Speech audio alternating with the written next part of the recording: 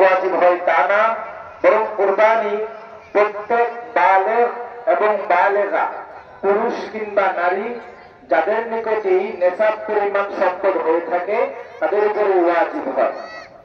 অনেক সময় দেখা যায় মহিলাদের সম্পত্তি অনেক বেশি, তাদের নেশাব পরিমাণ সম্পত্তি হয়ে যায় কিন্তু তারা কুরবানি করেন না। তৃতীয় একটা গুরুত্বপূর্ণ বিষয় এবং আমাদের সমাজে বহু প্রচলিত হয় যে আমরা কোরবানির জন্য কসাই নিয়ে আসি কিংবা কোরবানির জন্য কোনো লোক রাখি, তাকে মজুরি হিসাবে আমরা টাকার সাথে সাথে গোস্তও দিই কিংবা চামড়া দিই।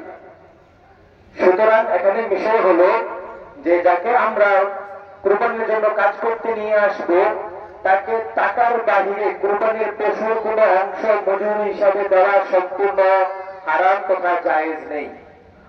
কোন কসাই আনলে কসাইকে গোস্ত দান হিসাবে দেওয়া বৈধ, মজুরি হিসাবে দেওয়া কি নেই, জায়েজ নেই। কোন লোক আনলে তাকে কোরবানির চামড়া কিংবা কোরবানির কোন অংশ মজুরি হিসাবে দেওয়া সম্পূর্ণ না জায়েজ, বরং তাকে ধার্যকৃত টাকাই দিতে হবে।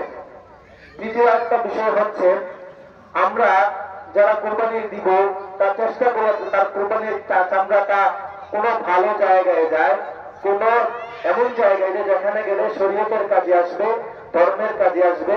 তবে কোরবানির চামড়ার টাকা মসজিদের কাজে লাগানোর জায়েজ নেই, অনুমতি নেই। আল্লাহ তাআলা আমাদের সকলকে বুঝার আমল করার তৌফিক দান করুক এবং কোরবানির পরিপূর্ণ হক আদায় করার তৌফিক দান করুক।